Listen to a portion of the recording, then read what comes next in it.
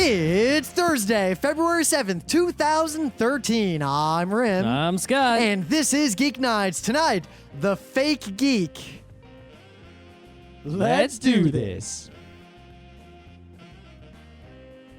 Warm today. No, it wasn't. It's actually pretty warm compared to previous days. It's not particularly warm or cold. I mean, today is colder than it is warm. But anyway, there's a blizzard coming. Oh, shit. Yeah, I got enough of a blizzard to make our phones go Well, at the moment where everyone in my office got the emergency alert over the cell network, except one dude who has not updated iOS in forever. So he was like, how come you guys all got this warning and I didn't? And then Modern Seinfeld tweeted basically the plot where that's Kramer. So on the way home, there's a typical thing that happens in New York City. Subway train's about to close its doors and some jackass tries to get in and fails and he's trapped in the door. He could just back out and the train could move, but no. He tries to hold the door open and squeeze his way in. That asshole. So usually there's only one recourse that the conductor has. Kick his ass out of the train. He can open and close the doors really quick to try to hurt the person. Which, if you're ever on a subway train and the doors go open, close, open, close, open, close, the conductor is probably manually trying to hurt some asshole. Yep. In this case, he does that a few times, and then he just starts talking. He says, "Sir, please do not stand blocking the door. It is a criminal offense to..." I guess you got on the train. And then the train goes, and while we're in the Steinway Tunnel going on our way to Queens, conductor speaks up again and says, "Ladies and gentlemen," I'm paraphrasing, obviously, "I know we say this often, but I'm going to have a little personal moment with all of you. You see, when you hold the doors open, you're a jerk. You're delaying everybody. You're making me unhappy. You're probably damaging the doors. You're lucky you don't get hurt." Now, this goes on for 5 minutes. Okay. He just keeps talking. We get to a station, and, Vernon Jackson, he's like, "I got to let some passengers off the train. You who held the door open, you know who you are. So don't hold the door open now. And I hope everyone's giving you dirty looks, and we'll continue this conversation after I let these nice people off." And then the doors open and close. We start moving again. It's quiet, and everyone's silent. Everyone's just kind of waiting. Whoever it was not in my car, obviously. Okay. And then he's like, "So where was I?" "Right, that jerk." And he keeps going. I thought that was brilliant, and the guy had such a stereotypical kind of Brooklyn-y accent that sealed the deal. If I had thought, I would have recorded it with my phone. I was kind of too busy laughing. Maybe someone did. Maybe we'll see it on Reddit. Yeah, so keep an eye out on YouTube for conductor berates someone on a 7 train going to Queens. Let's check the NYC Reddit. Let's see. Bloomberg moved to North Korea if you can't handle blizzard I don't think it'll be warning. there yet because I just took that train. Please help a radio station. Goat chased in Bed-Stuy. I saw that goat thing. You know why that was notable? You know who's caught the goat? A guy who apparently used to live in a country where his job was goat herder. For real. According to a comment on The Gothamist. Okay. That was verified by another comment. All right, so check this out. This is just tiny news. Google Hangout, which everyone uses all the time now, which really put a hurting on Skype pretty quickly. Well, the thing is, I use Google Hangout unless I just use Google Voice straight up. So between the two. But anyway, they added a feature which allows you to adjust the bandwidth manually with a slider and also an audio-only mode. I did not notice that. They just added it, there's an article about it right here. I don't even know if it's actually added yet or it's just going to be there soon, they're rolling it out, but it's super new, today new. So this is kind of crazy because, how come more things don't do this? Just have the direct bandwidth adjuster. Because people who are clever UI designers think, which it's not, I can't say that it's a bad thought.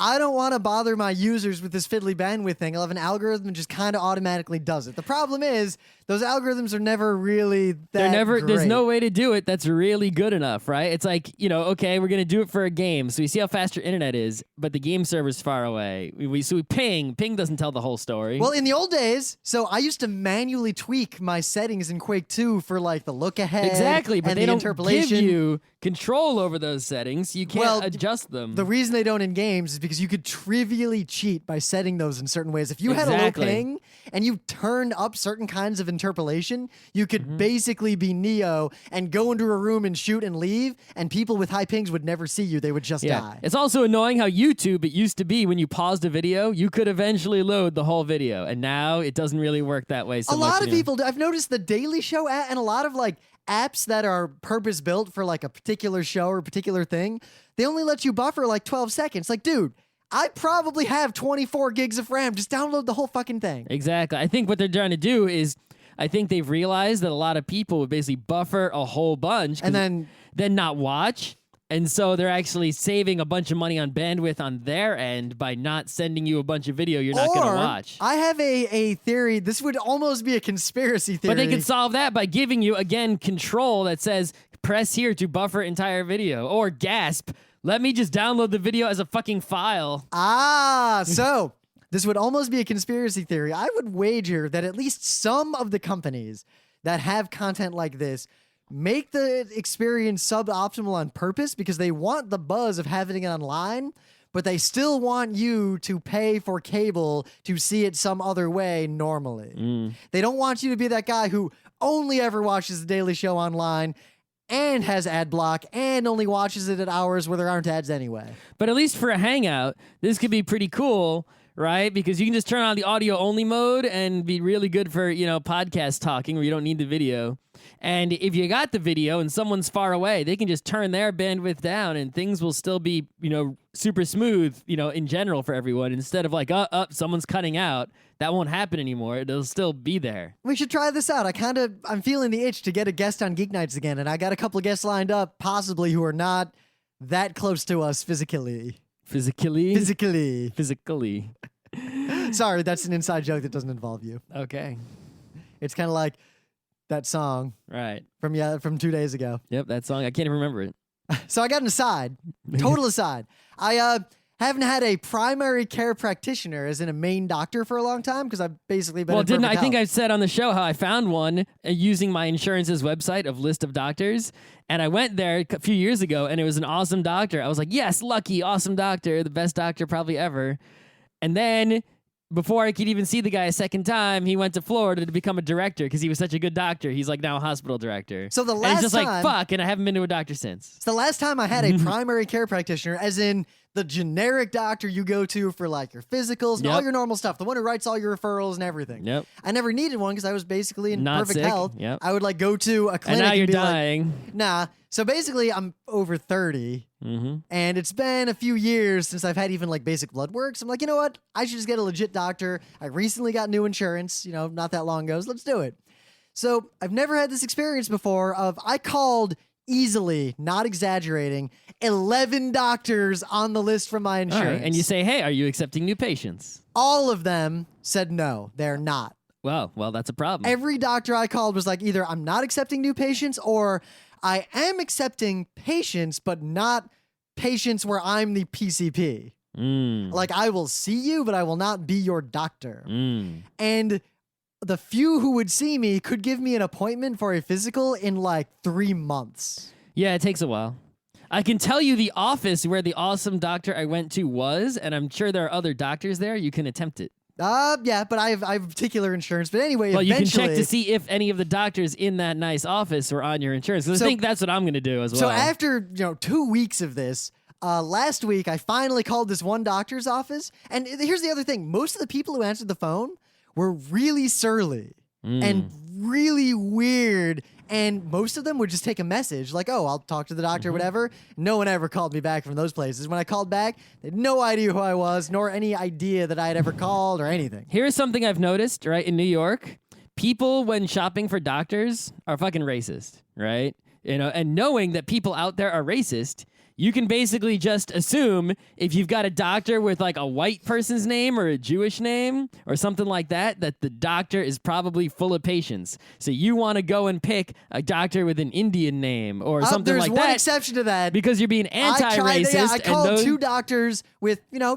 traditional Chinese names who had noted, because my insurance says what languages the doctor yeah, speaks. as long you got to make sure they speak English, and it's not the Chinese doctor in Chinatown who only speaks Chinese. Oh, so they all speak English guaranteed. right. in my insurance. Yep. But it's additional languages. So I called 2 doctors who spoke Cantonese Mandarin because, I work kind of near Chinatown. Yeah, why not? They were also full because all the people who speak Chinese and Mandarin go to them in Chinatown.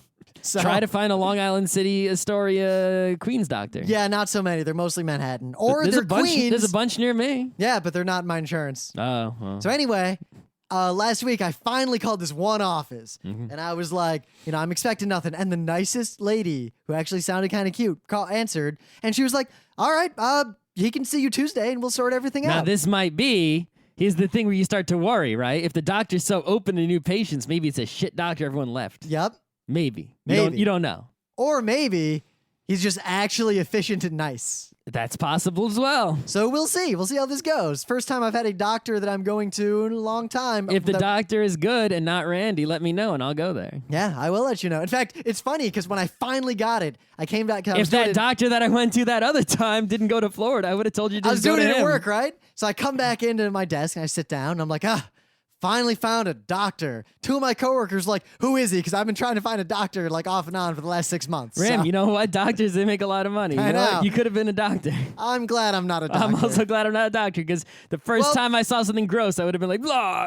That is not the reason I'm glad I'm not a doctor. I'm glad That's I'm the not a only- doctor. that is literally- because if I had wanted to be a doctor, I would have had to do work in college, and that would have ruined everything I That's loved about true, college. but there are literally only 2 things that kept me from being a doctor, and that is number 1, blarf, guts, and number 2, doctors don't work fucking 9 to 5. You gotta do all that shit in the hospital residency, staying there all day. You can work Fuck 9 that to shit. 5 if you run a private practice. Yeah, but you gotta get to private practice. You gotta go through all that other bullshit.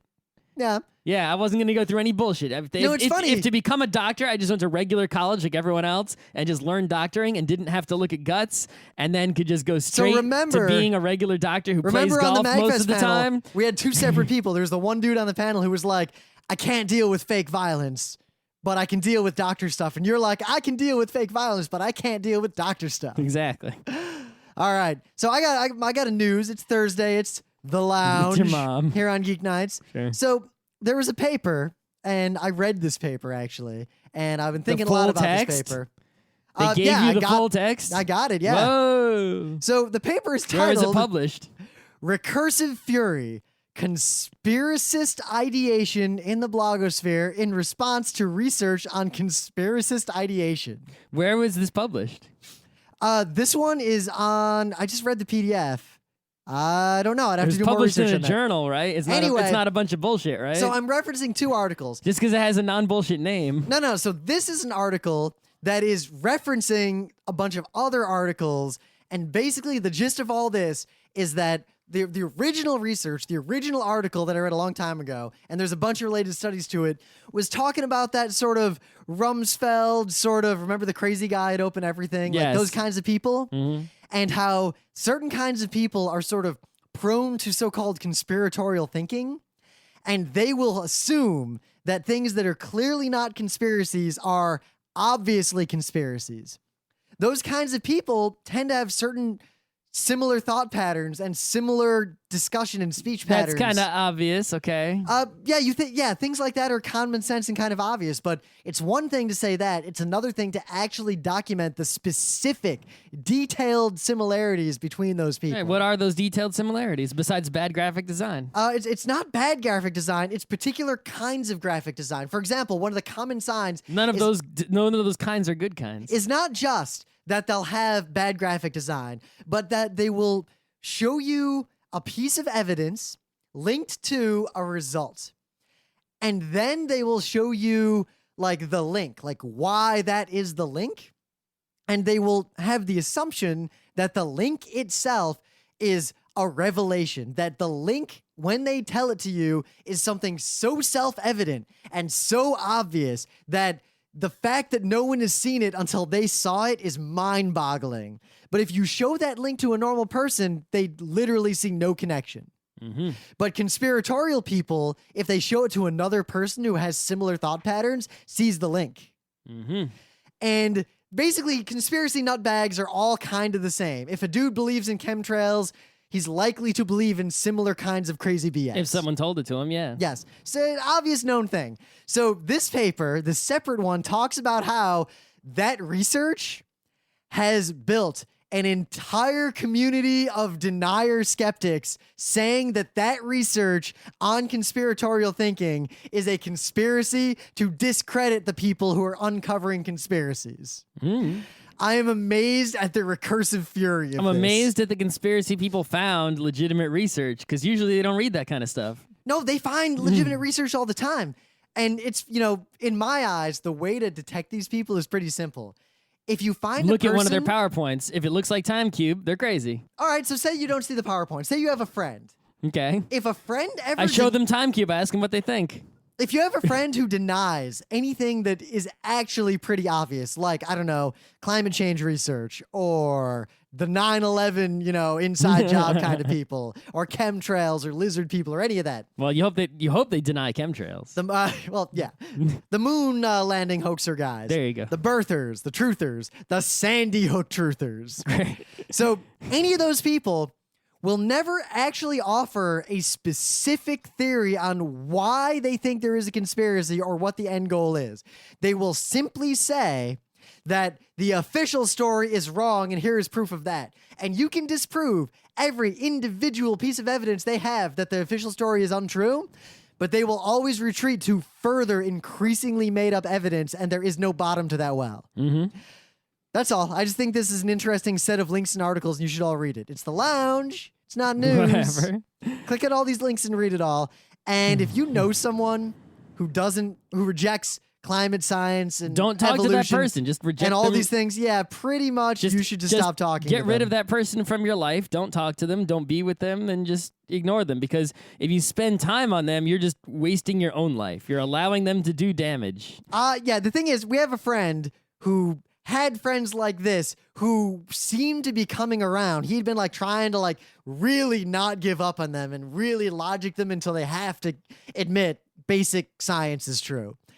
And I'm pretty sure most of those people have regressed and or still believe in crazy shit to this day. And it's been many years. So The thing is, to be honest, when I was in high school and I didn't know better, right? I used to think there were aliens and some crazy shit, if right? you were a kid, if you were 10 years old and you watched Unsolved Mysteries, you were 100% sure that aliens come down and Lincoln's ghost will tell you where the gold is. That was me for quite a few That's years. every 10-year-old. Right. So, but how come I's not 10 years old anymore? Either there's something that flips someone from normal person to conspiratorial person. But if I would have met one of those crazy old conspiracy kooks when I was a kid, I would have been like, fuck yeah, man.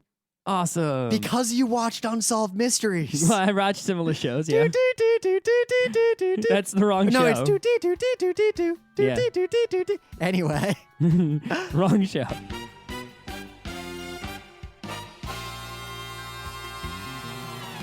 But anyway, things of the day. What do you got for me? So check this out. I'm checking. A game I haven't thought about in a long time, but I actually own every iteration of, is Super Smash Brothers Melee Brawl. I don't even know which. I know one of them's GameCube, one of them's Wii. I don't know which one is Brawl and which one's Melee. Brawl is new, Melee's old. Okay, I didn't even know that anymore because it's been so fucking long. Anyway, I could play that game again. Let's play that game. we suck so bad. Yeah, but we I suck suck even together. worse than in Street Fighter. You and me and our friends playing that game is All right, super fine, fun. but Fox only, whatever. Anyway, so Final here's a video destination. of Brawl, Snake versus Meta Knight, two characters that are not often used. I by pretty us. much exclusively play Peach or Meta Knight. Yeah, but anyway, not by us used often. So they're fighting one-on-one. It looks like on a map with no items. And what ends up happening is an epic battle. I don't know if this is two people with insane skills or if it was computer assisted or whatever. Dude, but does anyone make computer assisted versus Street Fighters? I don't know. Because that would be we cool could have to a watch. contest, right? A Street Fighter AI. Basically, you take an Arduino, you plug it. The Arduino has 1, 2, 3, 4, 5, 6, 7, 8, 9, 10, 14 inputs, right? All the joystick and the 6 buttons and the start button. So 15. You have 15 outputs from your Arduino that basically it is a programmable joystick. And then you have, how would it know what was going on the screen? I was thinking more the way they do it with NES ones, where they just frame by frame the input in an emulator. Oh, I guess, yeah, you have the video output comes into your computer, and then your computer sends a serial output to the Arduino, which is a joystick, and that goes into the joystick port Well, of you know, the there's game. Super Nintendo emulators. And then we could have a competition where you program the program that takes the video input and outputs the joystick output and has to beat the other guy at Street Fighter and versus his program. You know what would be more interesting? I would just write one that does Flowchart Ken? Exactly, flowchart. I was going to say, why not just make one where you simply make a series of input for the game, and then you put series of inputs together and just watch the tournament unfold. Oh, so you just you don't know. You just try to come you up. have pre-inputted a loop basically. Yes, no of decision inputs tree. because it has to loop at some point. There's Yeah. no decisions it can make versus the other guy's loop of Street Fighter Yes, moves. every round of a match, you start the same loop. That would be interesting to watch. I would hold down and crouch back and kick at basically random intervals, right? That's how I fight in real life. Kick.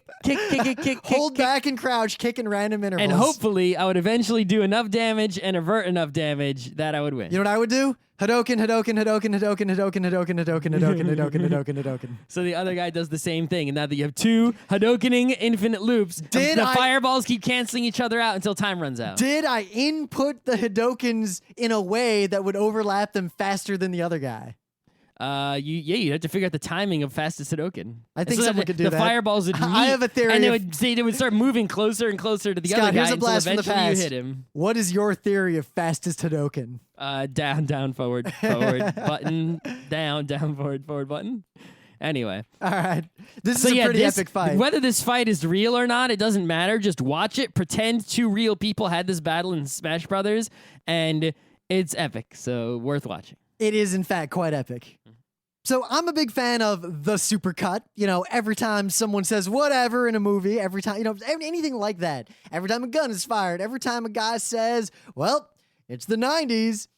This one was false advertising, but it was enjoyable to watch nonetheless, primarily because it's so long and so many of the scenes involving this thing are the same scene. It also includes many TV shows, which I think is cheating to go movies and TV shows. They did not say it is a movie supercut. They said it is a supercut. I guess, but it's still, you know. Anyway, this is a supercut. It claims to be of people being hit by buses. Some of them were hit by cars, vans, ambulances, and non-buses. Yep. But it is enjoyable nonetheless, and it is and it is super long. Mm-hmm. And also, really, I think hit by a bus is the right thing to call this video because the manner in which all these people are hit in this video, if I were going to call that a trope in a movie, I would call it hit by a bus. It's always like someone's talking to someone and someone's walking away. So you're saying this video is a supercut of people hit by a literal and or figurative bus? Yes, because if someone's hit by a car in a movie, That's it's not different. Yeah, it's not this kind of scene. It's a very different kind of scene. This is like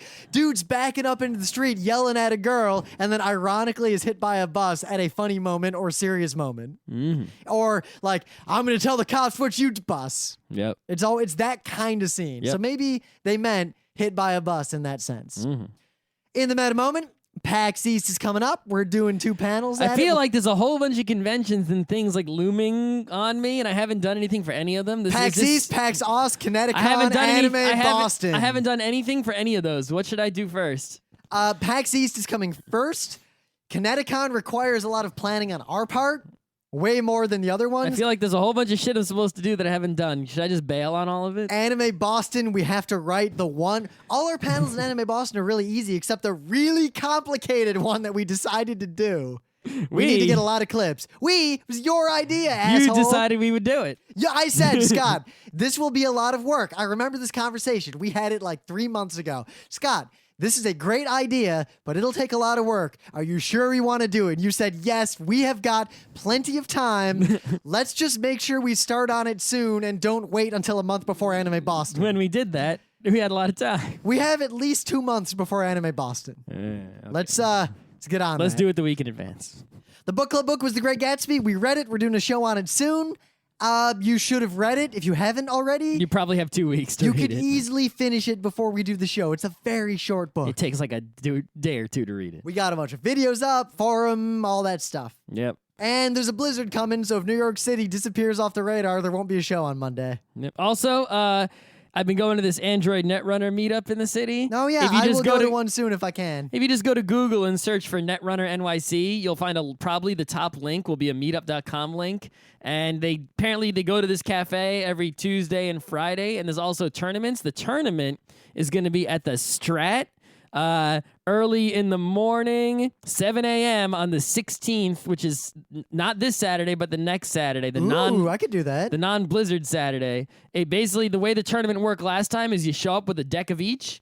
You pay $5. You play according to the official tournament rules, and everyone just sort of plays Netrunner all day, and that's it. Is there a prize? A very small prize. Is it more than $5? Yes. Because it's more than $5 worth. Because I think the prize last time was that you get the next data pack for nothing from the Strat, and also I think the top prize winner got like some action tokens. When I was in middle school, I had a friend who actually would run kind of for middle schoolers high stakes, like invite only Magic tournaments. Where everyone would buy in with $20 or $30, and the winner took all the 20s. Yes, yeah, he would take a 10% cut because he ran it in his house and his mom provided snacks. All these dollars, I think, go to the Strat.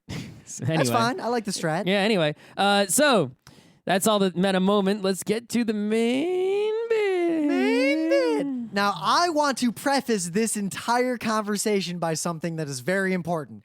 We're talking about the fake nerd girl thing. Yeah. Don't get it. We are talking about that. That's right. Because it's wait a minute. Because it's something. The reason we're talking about it is because number one, it's something the whole internet of nerdery is raging about. So hopefully this will be controversial and generate lots of discussion. Yes. And also Views. lots of hits. Yes. 2, we have an opinion on the issue. And that is different from everyone else's opinion and therefore right. 3, it'll be a really good episode, we hope. I think it'll be a pretty good episode.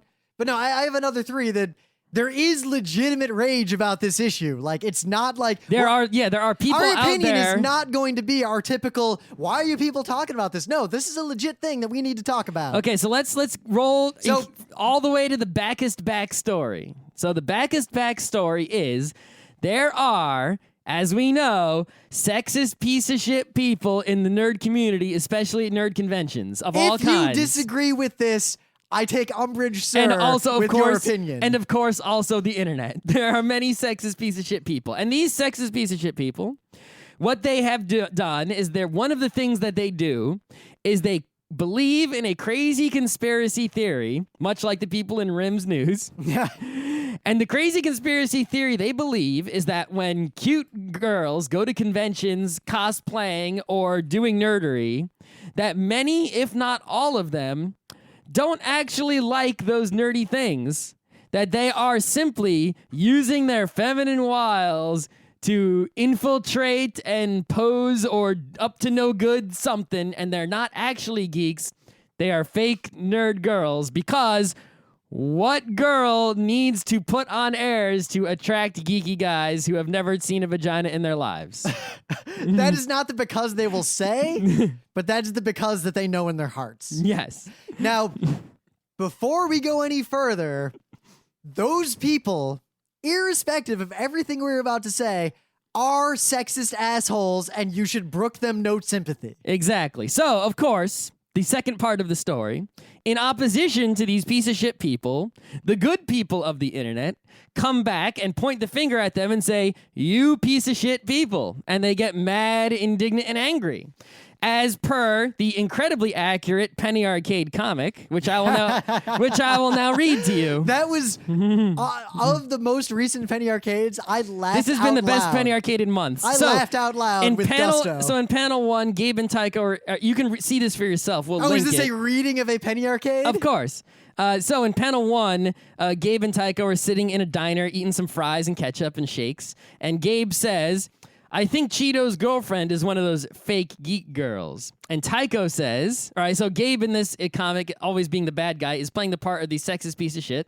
And Tycho is playing the part of the good people of the internet. And Tycho says, I'm going to use some words now that you might not be familiar with, but I want you to promise me that you'll look them up when I'm done. And then the second panel, Tycho continues. Listen up, Satan. Who are you to assess her credentials as a woman or a gamer? There is no gate you're not the gatekeeper, so go drink some bad poison and shit out your life. And then in the third panel, the punchline, Cheeto is standing there with his fake geek girlfriend, who is a literal person made of straw with some glasses, lipstick, You know what she is? scarf, and Batman t-shirt. I think this is a crossover with the Bracken wife from Oglaf. Sure. Right? The point here Now being fuck her. that there is no such thing as the fake geek girl, right? It is this imaginary thing. And yes, who are you to assess, who is anyone to assess another person's credentials as a woman, gamer, even bring race into it, bring anything you want, right? Who is any person to assess someone else's credentials in anything except maybe a scientist judging someone's credentials as a scientist? Now, case in point, do football fans complain about the fake football girls who put on a jersey for the Super Bowl No, and they hang don't. out and watch? No, Are they do mad? not. Do they turn to the girl who's hanging out with them to watch the Super Bowl, who may not be a huge fan of football, but is, wearing And the some of jersey? these people who are watching the football may indeed be also sexist assholes. Possibly, but not always. But they keep it on the inside. But they don't say to some girl wearing a football jersey, Oh, yeah? Well, what's "You're a two-point fake." conversion? When does a safety happen? Instead, they want to teach them. They say, hey, let me tell you what a 2-point conversion is, baby, which is also sexist, but assuming she doesn't know. But still, they don't have this thing. This is a unique thing to the nerdery sector. Now, I think that there's already the fake geek girl or fake nerd girl argument already has too many pre-assumptions. Pre-assumption number one, why are we calling them fake nerd or geek girls? I'm going to use geek as the word for the rest of this discussion, so I have to keep saying geek or nerd. Mm-hmm. So why is it a fake geek girl as opposed to a fake anime fan? Well, fake some people say that. They'll say fake gamer, fake, fake gamer girl. I've heard being said, right? And it's not just girl, right? It could be anything. I've never seen it actually be not a girl in the recent conversations. That the is kinds of interesting. people who are doing this, I've literally never seen someone call someone Right. else a fake gamer if they were a dude. So, yeah, but anyway, the point here, right, that the good people are making on this side, the well-intentioned, well-meaning people who, if you have not foreseen, we still disagree with on some sense, right, is that, look, if somebody says that they like something, someone says they like Final Fantasy, and they're not saying it in a sarcastic or sly way, who is anyone to disbelieve them? You can't know what the person feels or thinks when they see Final Fantasy, right? If they say they like it, it's not an objective thing you can argue, right? Like, you could say, no, Final Fantasy VI was called Final Fantasy III in the US. That's an objective fact that you can discuss, and there really is no argument. It's just a fact. But if someone says they like Final Fantasy, you can't argue with it. Now, if you disagree with Everyone that, likes different things. They we have can't read taste. minds, solipsism. They express their taste. That is their taste. There's no dispute. If someone says they like games, and if that means that the label of gamer is an appropriate application, as in someone who likes games is a gamer, then someone who says they like games is a gamer, whether whatever they know or whatever you want to challenge them on or what, now that's all there is to it. This is why I really want to talk about the idea of the fake nerd specifically, because in this case, all right, so someone could say, you said someone likes something. You cannot impinge upon someone saying they like something. Exactly. I like cosplay. I like anime. I like games. I like Cowboy Since Bebop. when does liking in any way imply geek? Aha! Liking implies fan. Mm-hmm. If I say I am a fan of games, it doesn't matter at all if I know almost nothing about games. I am a fan of games. I like games. I like the idea of games. That's what the word fan is to be used for. We have a word for this. Yep. And the thing is, right, I think what's happening here is that there are many people in the world, many, who are fans of things, and the things that they are fans of are traditionally domains of geekery. For example, a fan of Star Trek, right? That most people put a fan of Star Trek as a geek, right? Because that is a geeky thing to like, right? Star Trek. It's pretty nerdy and geeky. So therefore, if you like it, that makes you a geek. So wait. And because we can't dispute you liking it, and you do like it, you say you like it, that makes you an automatic geek because you like Star Trek. So what you're saying, and what I'm saying, what we're saying here, is that things that are traditionally the purview of nerdy basement dudes and, nerdy geeky, the sort of colloquial, like, things that those kinds of people are into that quote unquote normal people are not into. If someone is into one of those things, then they are therefore one of those kinds of people. And here's the thing, is that kind of person, that basement dweller, when he sees someone who is a fan of the same thing he is a fan of, right? Yet that person, is trying to label themselves with the same labels he labels himself with and be in the same group, the same, community as him, but yet is not actually the same as him. He is feeling threatened or infringed upon, or that the other person is a poser or fake in some way. Now, I've run into this firsthand, and it still really seems to only affect nerds. Because if you are a fan of something, and you are deeply into it, and you're a stereotypical nerd, because that seems to be the who kind does of, exist. We've met that person many times. Those kinds of stereotypical nerdy people tend to also be kind of sexist. No. Partly due to the fact that their hobbies, there is a sexist society, obviously, that, there's no physical reason why more guys are into, say, comic books from the beginning than girls. Nope. There's social and cultural and all these It reasons. just so happens that most comic books are cheesecake superhero nonsense Ah. that no girl would want to read. Yep. Well, few girls would want to read.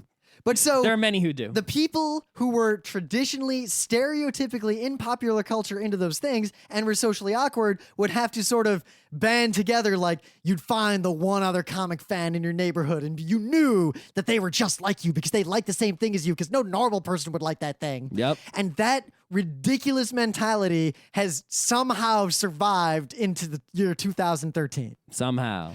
So those people who are super, and you see this, like, look at Street Fighter guys who are like super into the tournament scene. There's a deep and surprising and really open sexist bent to the community of semi-professional Street Fighter tournament types. Professional gaming in general, has a lot of problems in that department. Yeah, but they're also really hostile toward people who want to learn their hobby but aren't good at it. And all of that, somehow that culture maintains. Obviously, all these generalizations aren't 100% true, right? But it's a It's big enough. It's true enough of enough people of a great enough percentage that it is a problem in the community that is worthy of discussing and combating. Well, like, let's put it this way. I've been to nightclubs. I've been to dances and raves and things. I've been to many conventions, professional, non-professional, fan, whatever. How come anime cons smell like shit way more than any other con? That is a fact. The reasons behind it, but there is a correlation between anime cons and smelly people. There is no question about that. So, undeniable. To get back to the definition of geek or nerd, I'm a geek/nerd. I'm a geek. There is no disputing that. I care about. I have deep interests in a relatively narrow set of areas. And as a result, I have a lot of knowledge about those areas. I also, one of the things that I'm a geek or nerd about, I guess I said I was going to not say geek or nerd. I keep saying geek or nerd. Geek or nerd. XCOM? No, I was going to say language. Marching bands? I'm really into grammar. Like, for real. Like, I really care about style and writing and things like this. Eats, Shoots, and Leaves? So, The Lively Art of Writing is the book that I would ascribe to. So, as a result, I care also about nomenclature, which comes in from science. Binomial nomenclature, how we classify animals. We say Pluto is no longer a planet because if we call Pluto a planet, the word planet means fucking nothing. That's right. So we need to, if you have a word, it needs to have a clear definition that differs it from other words. Otherwise, the word kind of becomes useless. It's like, the word game means so many things that it's not useful for argument or debate or intellectual discussions anymore because the meaning is so broad. So we'll say ortho game or we'll come up with a new term, we'll do something. Or we'll define our terms beforehand, so that people are clear about what we're discussing. But like, for example, the word punch, hit, strike, kick. They all mean similar things, but yet they have nuance and they have specific sort of differences. If they actually literally meant the same thing, then we wouldn't have different words. Yeah, and there's no one claiming, like, was that a punch or was it not a punch? Well, His sometimes fist was kind of half closed. In law, we have that distinction between an open-handed and closed-handed What if it's strike. half opened? What if my pinky finger's out? Well, then the judge has to decide if there's ambiguity. Right. Usually they'll define one type and then everything else is the other type. What if I make a fist, but I swing it sideways like a slap? But at the same time, what if we have a definition of a closed fist and we have higher punishments for closed fists because that implies probably more intent to harm than an open fist slap. But in many martial arts, an open-handed strike is actually more powerful. Quite possibly. What then? Now, what we just had is a stereotypically nerdy conversation. Because we are those people. We do a podcast called Geeknights. We've been doing it for 6 years, if not 7 years. We've been doing it since Halloween 2005. Yeah. We used to do that shit 4 nights a week. So actually 7 going on 8 years. I've been doing Geek Nights longer than I've been doing anything else in my entire life except masturbating. Except adding all the elementary, middle, and high school together. Wow. Any one of those schools I spent less time in than I spent doing Geek Nights. So what I'm getting at here is that if we already have it's going to sound like I'm justifying the people who are saying they're fake geeks. No. I'm not. Hear me out. The problem with complex opinions is they don't travel well meme-wise. No, they don't. Because, again, people will misconstrue what you're saying due to definitions of words.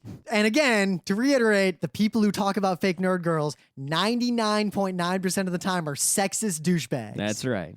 So, if we have a word, fan, that already means someone likes something. I like cosplay. I like anime. You cannot in any way impinge upon that opinion unless you have objective evidence that that person has literally never seen or has literally no understanding of what the word they say they like actually means. Right, like if if someone... I say I like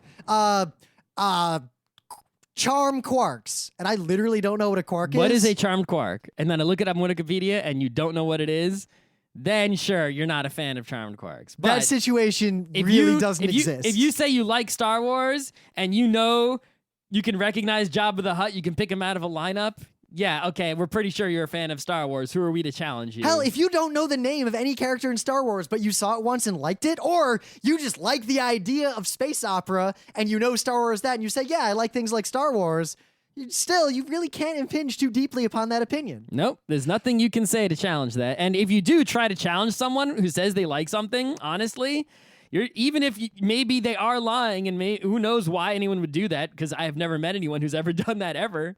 Why are you doing that? You're just a jerk, right? Now, if someone comes up to me and says they like Star Trek, and I say, you've never seen Star Trek, I'm just an asshole, whether they've seen Star Trek or not. I don't think any of our listeners will get that reference. That is why it is there to weed out the true nerds from the fans and the geeks.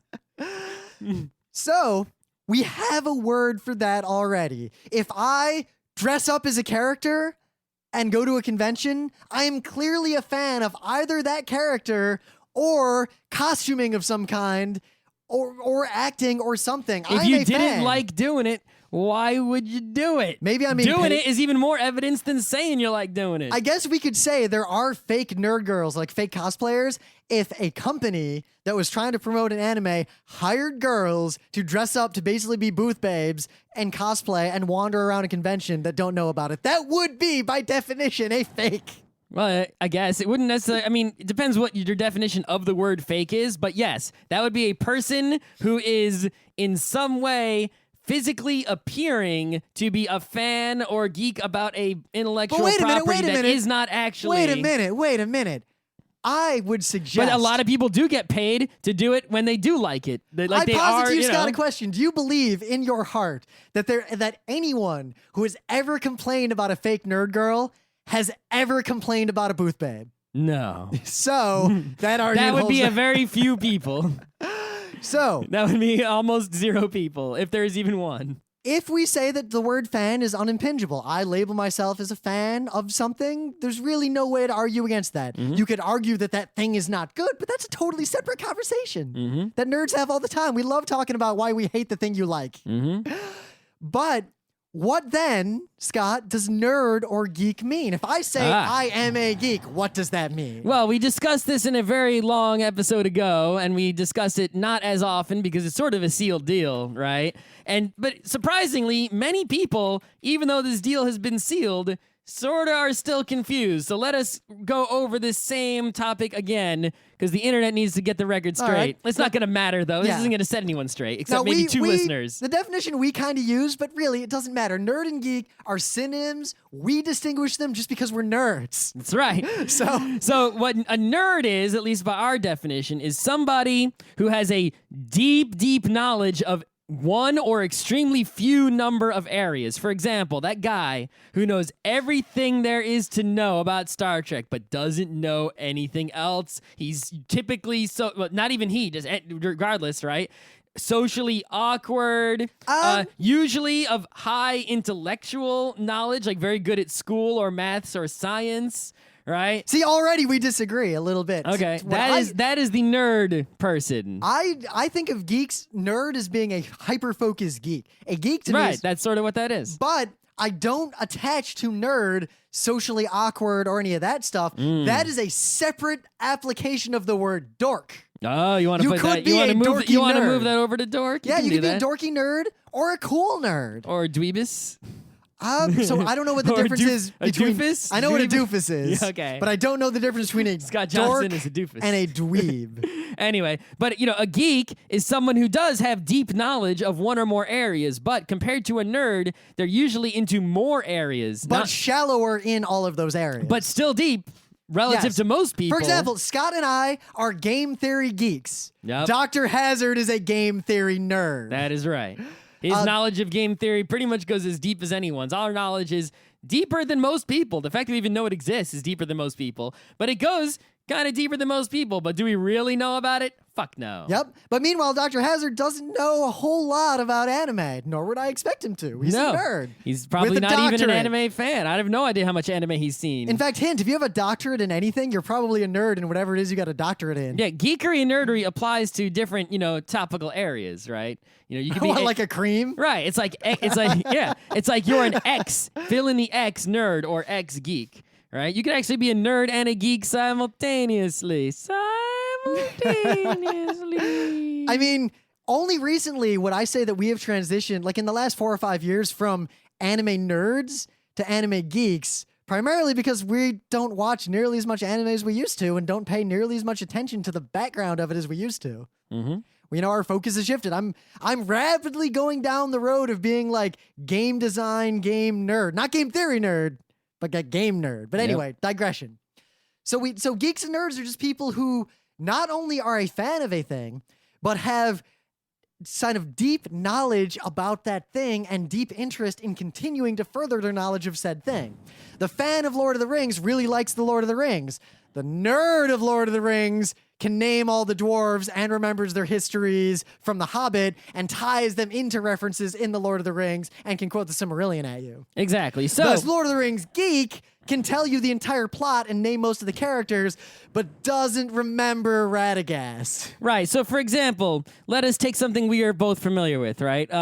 Neon Genesis Evangelion, right? All right. I've seen that a bunch of times. I've seen that entire show 5 times. I'm a huge fan of it. I I'm a enjoy huge it fan very of it. much. I am a geek of that show. I know many things about it. Mostly because I've watched it so many times, but I've also read many Wikipedias In fact, Scott, and internets about it. I would say you're on the deeper end of geek because you also know about the people who made Evangelion. I do. I know the name of the director is Hideaki Anno. I know that. Yeah. But Rim, how many angels are there? 13? 16. I think it's 12 or 13, right? But it's like, I'm not even that sure, right? So it's like any one piece of trivia you might ask, even someone like us. I'm glad you said the word trivia because I was going to say that one of the biggest ways to say if someone's a nerd or geek in our definition is if they are good at trivia on their thing. Right. Now, any single piece of trivia, right, is not going to determine whether someone truly has a deep or extremely deep knowledge in an area to determine if they are truly a geek or nerd of that area. But enough trivia, especially the easy trivia, like, can you name 3 characters from Neon Genesis Evangelion, All right? right, let's see. I was going to try to think of like the most obscure 3 characters. Like, what's the name of the guitar playing guy? Guitar playing guy? He works in the Nerve Operations Center and he plays the guitar. What? You're making shit up. No. All right, what about the glasses guy who has a crush on Misato who also works in the Nerve Data Center? Oh, I know the guy, but I don't Yeah, know his what's name. his name? Because I'm Yeah. only a geek and not a nerd. Yeah. That's obscure trivia. I'm saying, name any 3. And yeah, you've proved that you're probably a geek because a fan, Actually, I didn't name 3, so I guess, I don't know, Misato, Rei, Shinji. There you Bang, go. bang. I'll do 3 different ones. I'll do Kaoru, Asuka, and it's Genda.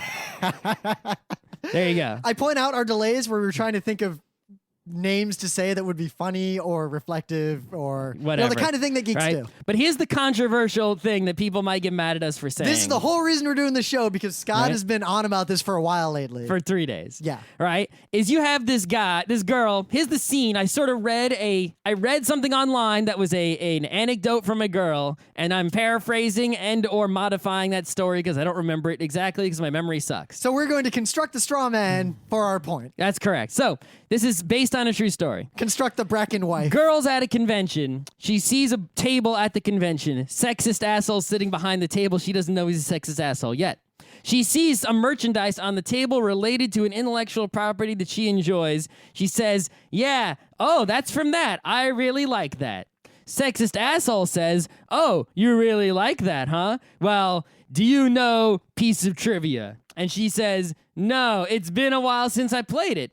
I don't remember. Oh, you're just a sexist asshole who was testing me to see if I was fake geek girl or not. And he says, yes, I was, and you failed, fake geek girl. Right? That is a exaggerated paraphrase. That is exactly how those kinds of people talk. So here's the thing. Yes, dude behind table is sexist asshole. Why are you challenging people based, right? And even if it's okay to challenge people like that, which it isn't, one piece of trivia determines the whole thing, even if it's not an easy trivia?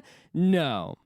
However, the real question I have is, girl or guy or whatever you are, black, purple, white, yellow person, you said you were a fan of intellectual property, such I like and how you such. started with black and then a made up one that isn't real and then back to Any species, if you're a dolphin and you say that you like friggin', Secret of Mana. I was really curious to see what you were going to say. Just picking something, whatever. First thing that came to mind. One right? way to tell a nerd is that they really worry about what social currency they reference in a situation like this. Yeah.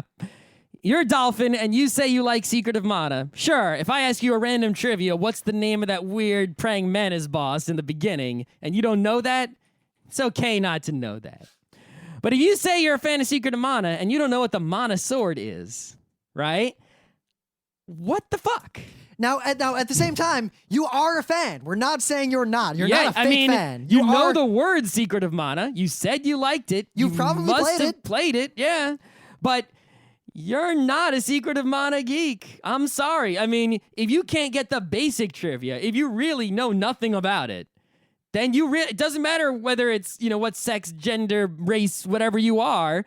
You're not a geek. You don't know anything about it. A geeky person learns a lot about the things that they're interested in. They take their fandoms and learn things. If you like playing D&D and you play it often, but you don't know any of the rules because you just don't remember them, you're a D&D fan, D&D player, D&D gamer. but not a D&D geek or You're a not a D&D nerd. D&D geek. I'm not going to say you're a fake D&D geek or you're pretending. You might just be using the wrong label on yourself because you don't... Labels. That's where we got to get into it, because here's the Right? crux of the problem. If nerds and geeks like to use prescriptive language for things like this. Mm-hmm. So, for example, a prescriptive label of geek means we have a definition of geek. Thereby, semi-objectively, people are geeks or not geeks. If you are a fan of Star Wars, but you couldn't name any planet from Star Wars, don't know anything about you Star don't know Wars, if you- never heard of George Lucas, you're pretty objectively not If a I Star make a Wars joke geek. about Alderaan and you don't laugh, right? Well, maybe the joke wasn't funny. That's possibly true. But if you see someone wearing the Alderaan weather thread t-shirt, and I don't think it's the threadless one, and you don't get the joke, you're not a Star Wars geek. I mean, that's true. There's only one trivia, but it's like, Or, here's a better know. example. If you've never heard of George Lucas, you don't know who George Lucas is. You just know what Star Wars is. then you're probably not a Star Wars geek. But Probably you're a Star not. Wars fan. You might be the biggest Star Wars fan ever, but Scott's question is more subtle. If you can't tell an X-Wing from a TIE fighter, not a Star Wars geek. Well, before I get back to Scott's question, the other way to look at labels is that they're self-descriptive. If I want to label myself as X, who is anyone else to say that I am wrong because I am the one choosing the label for myself? Nobody can tell you you're wrong. Because I'm black. Sure, you decided that black means white, so yeah, by your definition... I am literally African American. I have dark skin. No, you don't. Who are you?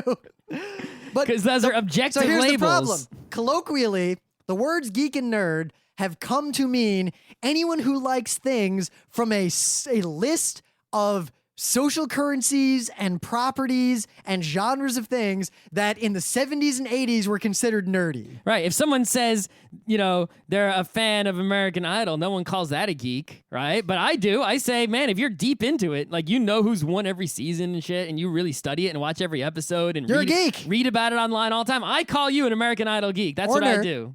Right? So here's Scott. I guess the question Scott's getting at, and correct me if I'm wrong, is the kind of an aside from the whole fake nerd girl debate, which is a pretty nicely one-sided debate, luckily. You know, those people are assholes. Yep. I can't reiterate that enough. I hate you guys. Is why don't you know about the thing you like? Yeah, if you're into something, like you're really into something, why aren't you a geek about that thing? Why not? You're a fan of something enough to cosplay as it, to buy merchandise for it, to watch it, to read it, to play it all the time, to talk about it.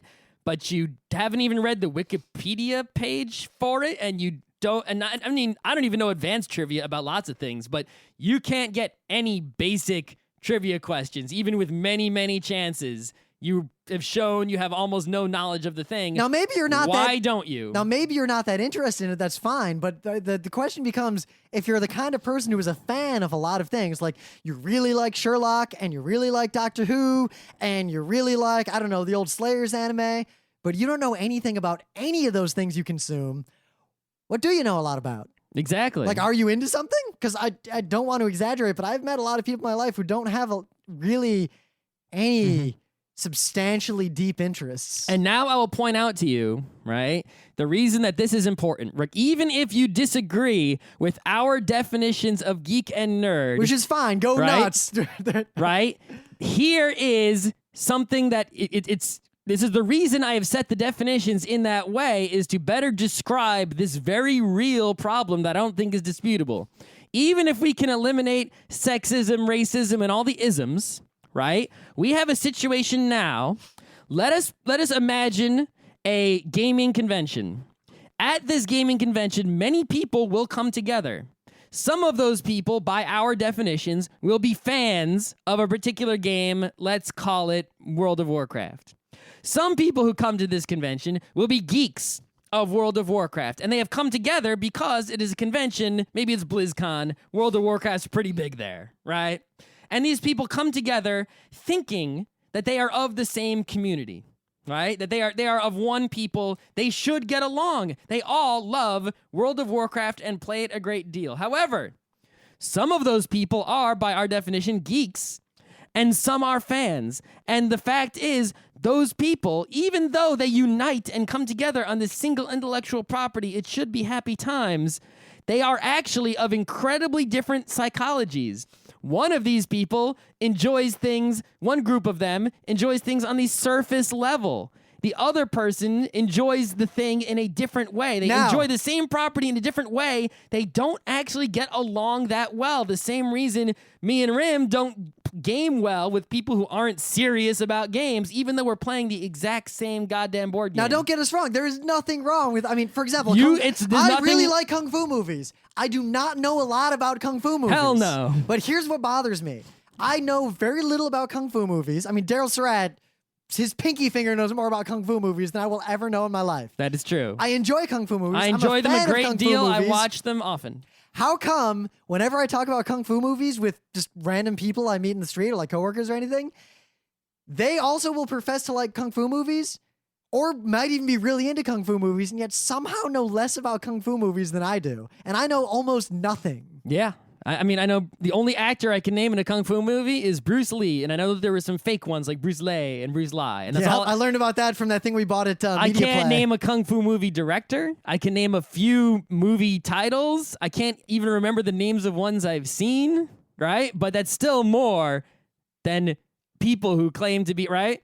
So people who have the deep interest, right, and people who have the light interest in the same property are often these days coming together into the same physical community space, but they do not get along regardless of gender, race, whatever. They're not actually of the same community. They're groups of Star Trek people who are surface level into Star Trek, and there are people into it who are Trekkie, Trekker, whatever word you want to use, and those two groups don't go well together. And this is a conflict we are going to see happen. It currently mostly exhibits itself in, between I think it's conventions and online between the communities. males of the deep interest group and the females of the fan group, right? And this sexism allows I think it is existing and being a problem everywhere and has been for a while as convention culture is growing because, the internet is basically connecting all these people, and convention culture is going to be a huge thing in the next 20 years. It's already huge. You think now is huge? Yeah. I think now is such a bare beginning of that. I also think.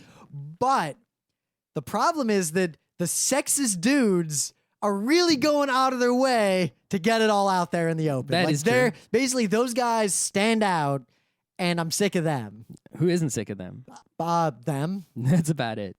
Now, I wonder if it's because they want their thing to be exclusive. Do they feel threatened? I don't know why they I do think it. what it is, and this is just a guess, right, is that because they're sexist, they see a girl and they assume that that is a person who doesn't know, right? That is a person of the other community. So they attack. And if they weren't sexist, right, they would perhaps look at dudes and recognize that as someone of the other, right? Or maybe when there were no girls there, they would, for example, see a dude wearing his Star Trek logo pin on the wrong side of his uniform and challenge that person in the same way, right? It's like they'll challenge anyone who is merely a fan and not a geek, who is of the not same community that they don't go well with together.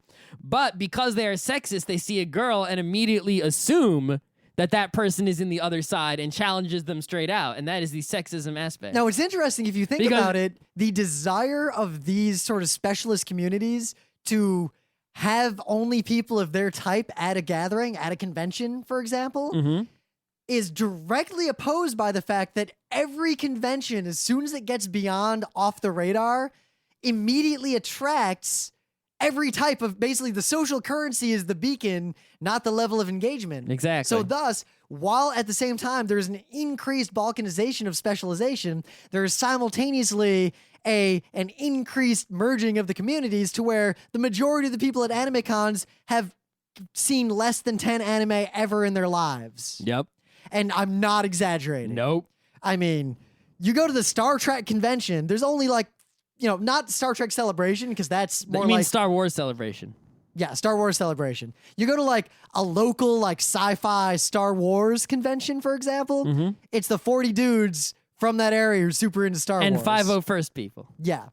You go to the Star Trek convention, it's and a only few kids and a few hardcore families who Star heard Trek about it on the people. radio.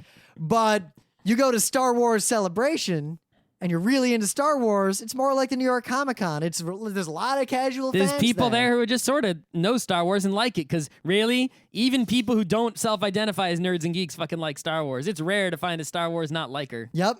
But you go to an anime convention, and literally half the people in the audience of a panel, who I can't believe they even went to a panel, have never seen, I don't know, really any anime notable I'd ever think of listing in a list of notable anime. Right. All right. And so basically the conclusion is, right, we have this conflict of the deep interest geek nerd people and the shallow interest fan people of the same intellectual properties or topics or hobbies coming together, and a conflict is brewing that currently mostly exhibits itself across sexist borders, but will, over time, reveal itself, I believe, across all borders. Right? And look at what's happening now. Look at MagFest. MagFest is half people who are playing games the entire time, and half people are going to concerts the entire time. Yep. But there is a huge undercurrent of people who are from the internet, not super into games or concerts, super into drinking and internet bullshit and running around making a ruckus. Yep. Anime cons are primarily people who aren't super into anime. Every convention that grows at all is becoming an internet convention that is loosely tied to the intellectual property that spawned it, and that's it. And there's no way around that. The attempts to make hardcore anime conventions fail. Yep. Or they're tiny. And I don't even really have it. It's sad that I'm super into anime. And as much as I complain about the fact that I go to an anime con and no one knows or cares about anime, the anime-only cons are even sadder. Right. So here is the things that you need to do, right? Number 1, do not be a jerk and challenge people who are on the other side, right?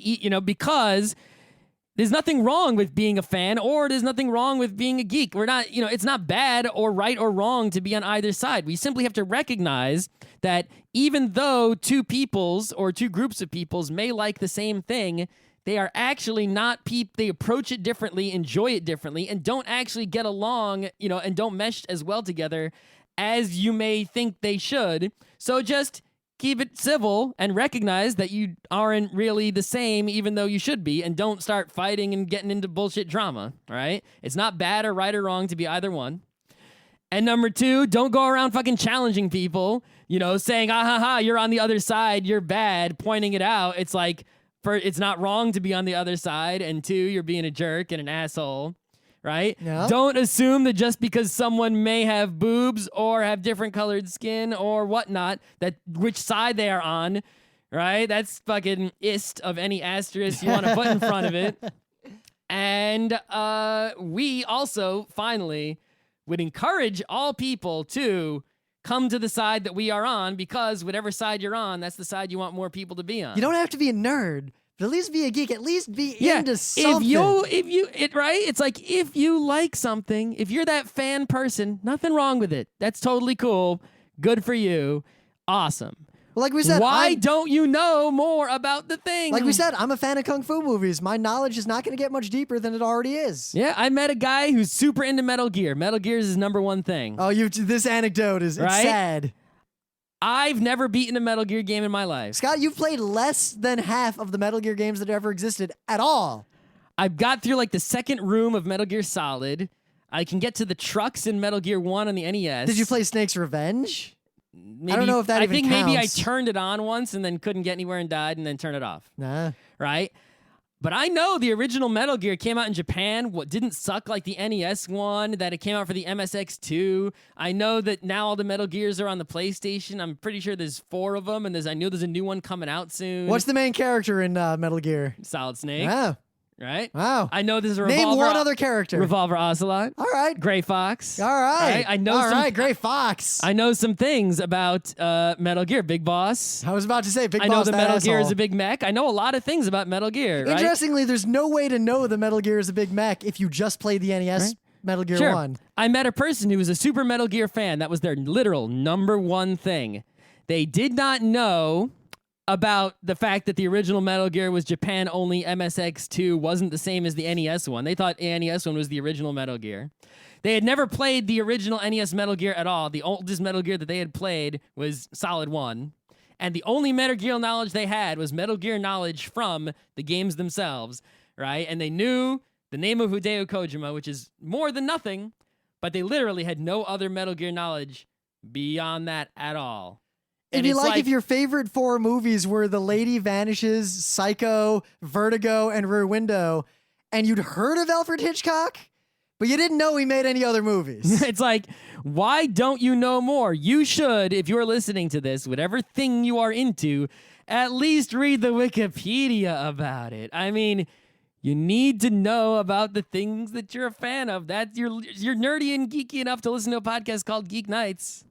I don't think the people who we're talking to are listening to this. I don't know. Probably not. The people who need to hear it are not the ones here. Another side. Whether you need to hear this message or not, you know someone else who needs to hear this message. Here's the kind of Spread an it. aside. Take the words geek and nerd back in the sense that use them to mean something along the lines of deeper than average interest in a narrower field of things, rather than just being a descriptor for things that happen to be associated with socially awkward smart people in the 70s. Is there any more to say on this? I feel like we've iterated many points and emphasized them There's enough. a lot of points there. Yeah. This is the longest episode in a while. So. That's fine. We needed something like this. All right.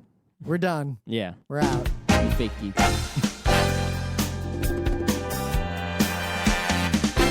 This This has been Geek Nights with Rim and Scott. Special thanks to DJ Pretzel for the opening music, Kat Lee for web design, and Brando K for the logos. Be sure to visit our website at frontrowcrew.com for show notes, discussion, news, and more. Remember, Geek Nights is not one, but 4 different shows. Sci-Tech Mondays, Gaming Tuesdays, Anime Comic Wednesdays, and Indiscriminate Thursdays. Geeknights is distributed under a Creative Commons Attribution 3.0 license. Geeknights is recorded live with no studio and no audience. But unlike those other late shows, it's actually recorded at night.